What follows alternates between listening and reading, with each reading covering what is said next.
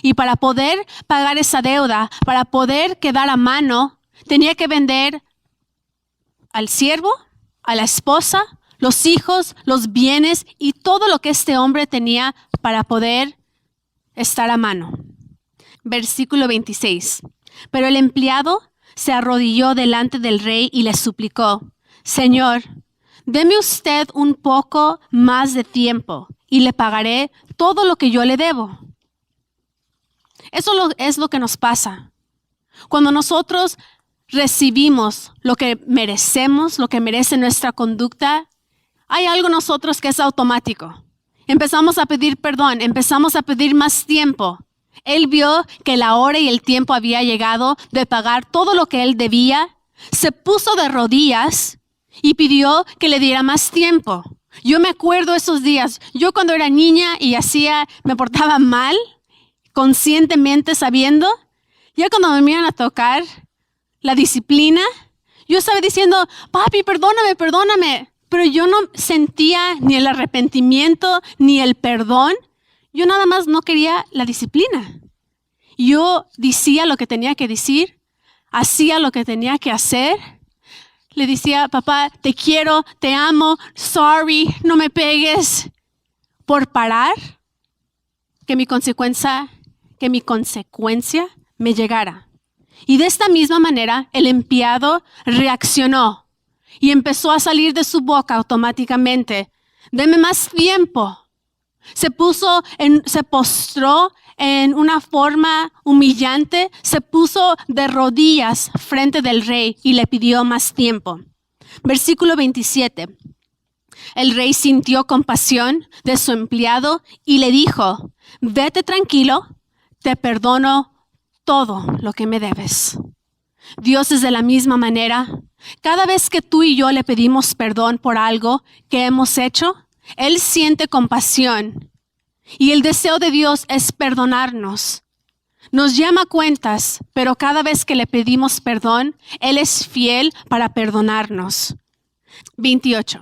Al salir del palacio del rey, ese empleado se encontró con un compañero que le debía 100 monedas de plata.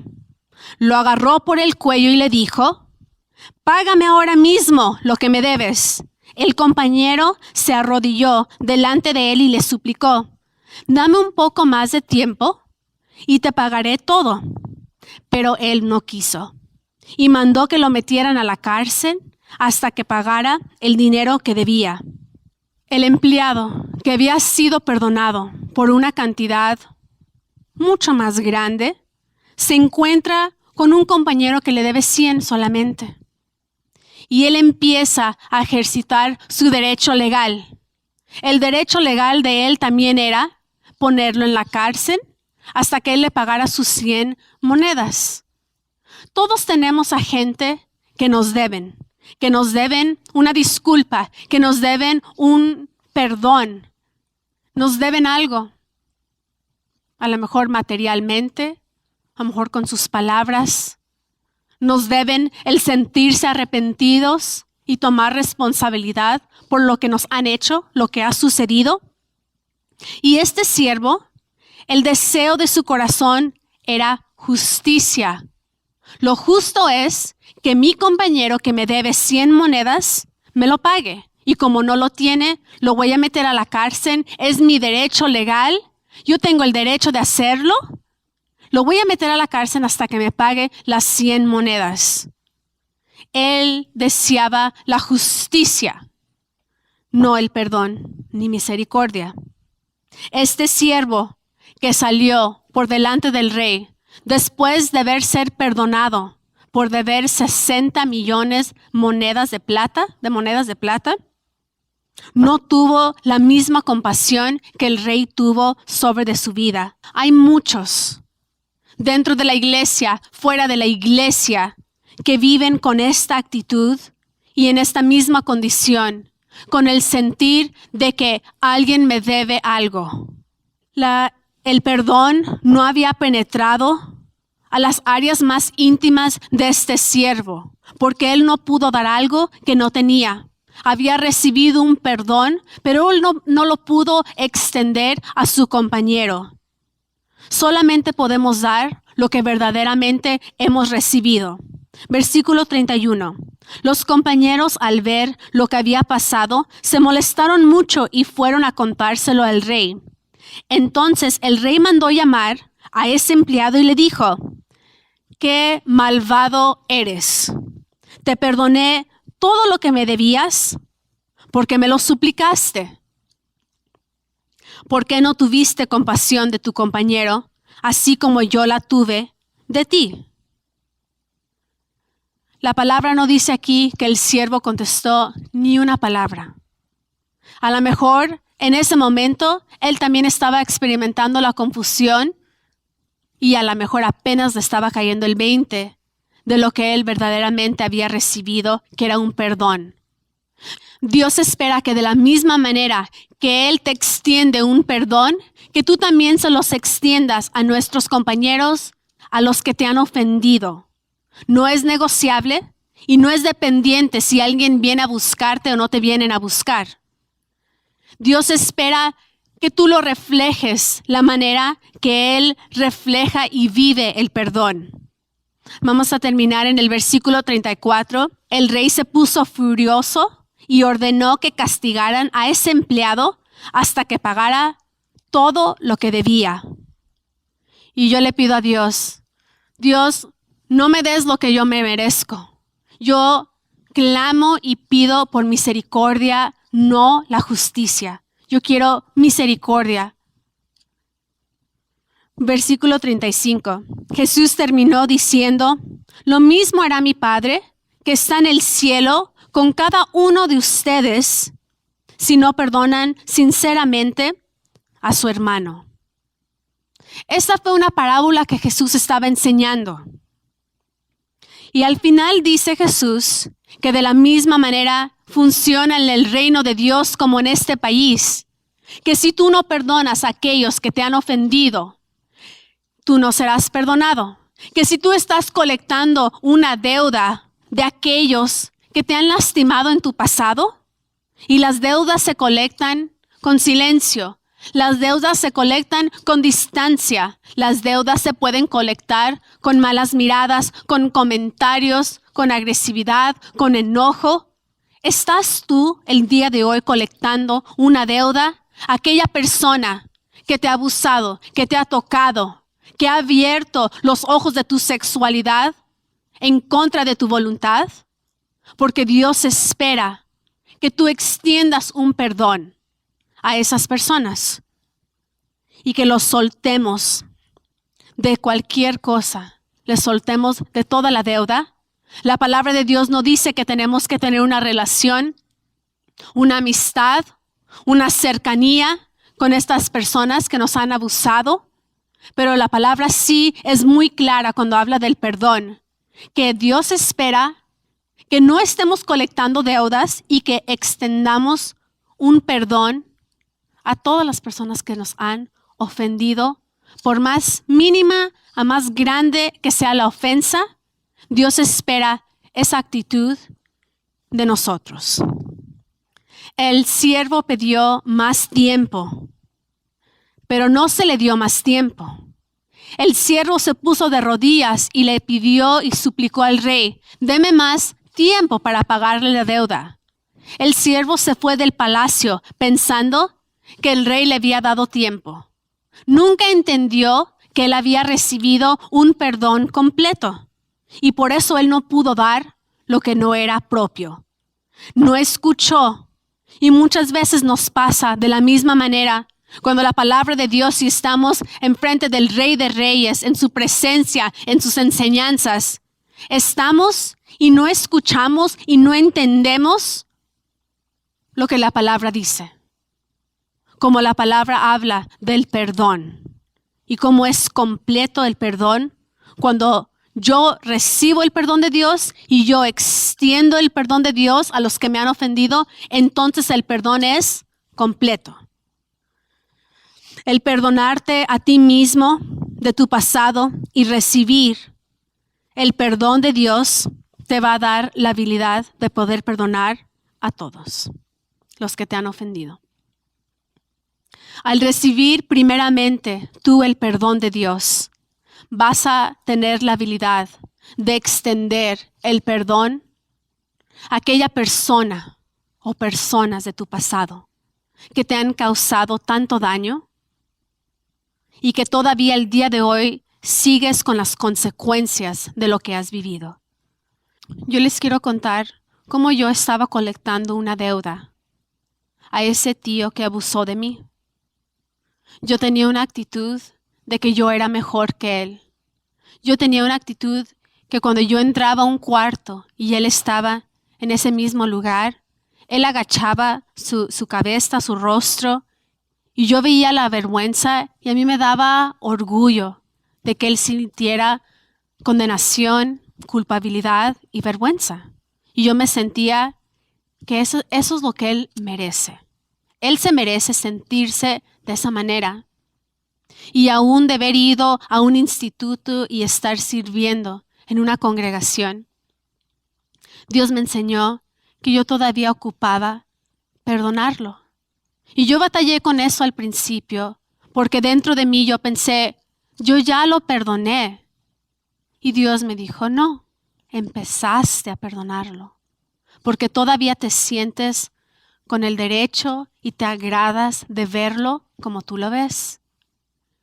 Y la realidad de eso empezó a incomodarme.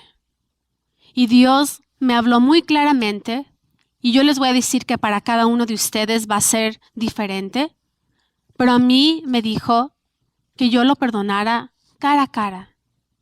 Y a mí no me gustó. Cara a cara. Él no se merece. Él no me lo está pidiendo. ¿Es posible que lo niegue y que diga, eso nunca sucedió? Y yo batallé con eso. Pero yo no podía esconderme de lo que Dios estaba hablando. Yo no podía ignorarlo. Y yo sentía una responsabilidad de hacer lo que Dios me estaba hablando, porque era muy claro. Y llevé semanas preparándome. Él no vivía en la misma ciudad, pero se ofreció que él iba a venir. Y Dios me dijo, ahí está tu oportunidad. Prepárate porque tienes 2 semanas. Y yo pasé tiempo practicando cómo iba a ser. Tuve la oportunidad de programarme con mis papás para poder hablar con él. Y yo lo quería hacer a solas. Él estaba sentado en la mesa en la cocina. Yo llegué a la casa y después de que se fueron todos, porque nos habíamos programado de esa manera, yo le dije, ocupamos hablar de lo que sucedió. Y él empezó a decir excusas, a pedir perdón, perdóname, no sabía lo que hacía, yo estaba usando drogas, y empezó a decirme las razones por qué él había hecho lo que había hecho.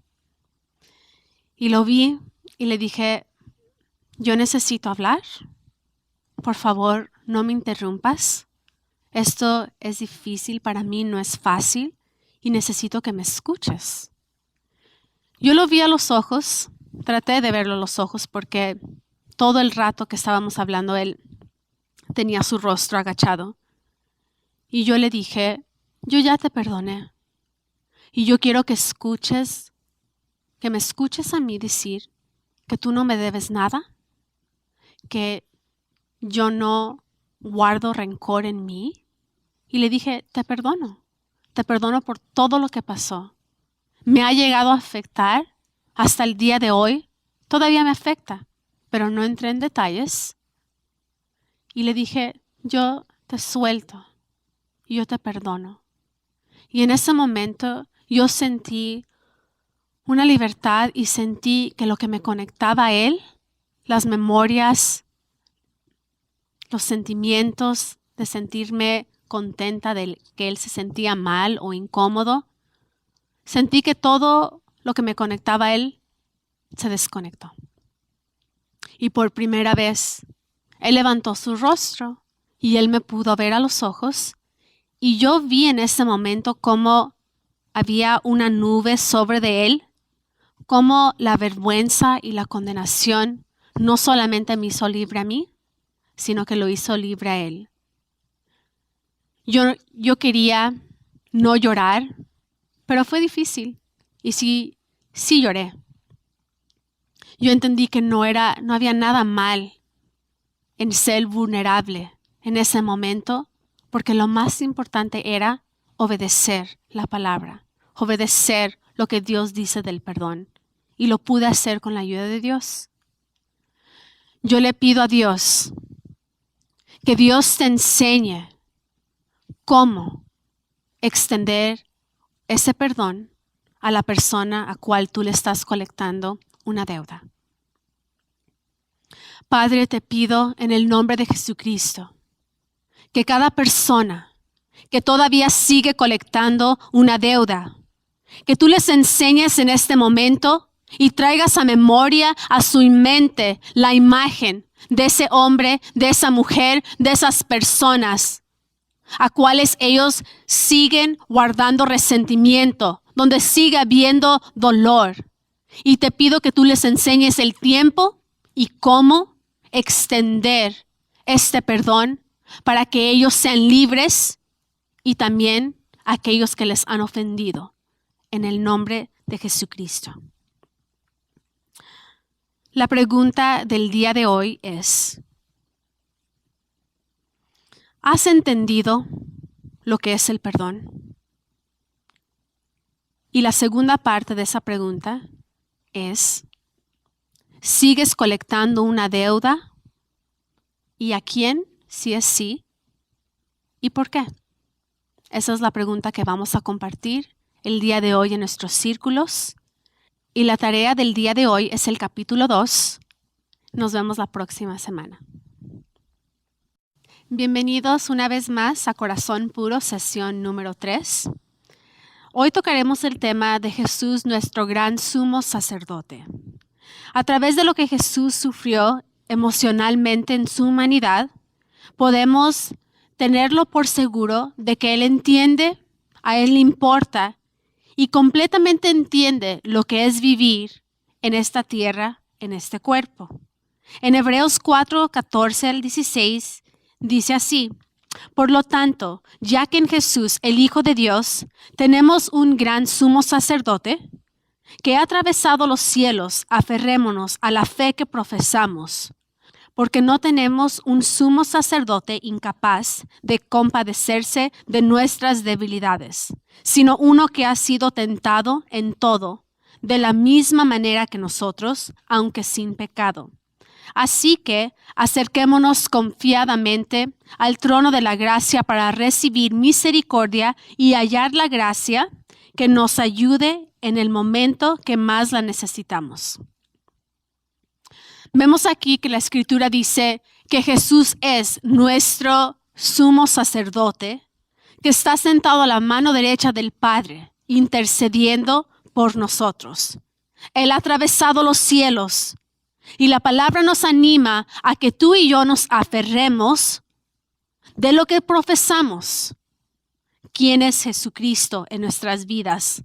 Porque este gran sumo sacerdote, Él sabe, Él entiende nuestras debilidades y dice la palabra que fue tentado en todas las cosas, pero nunca pecó.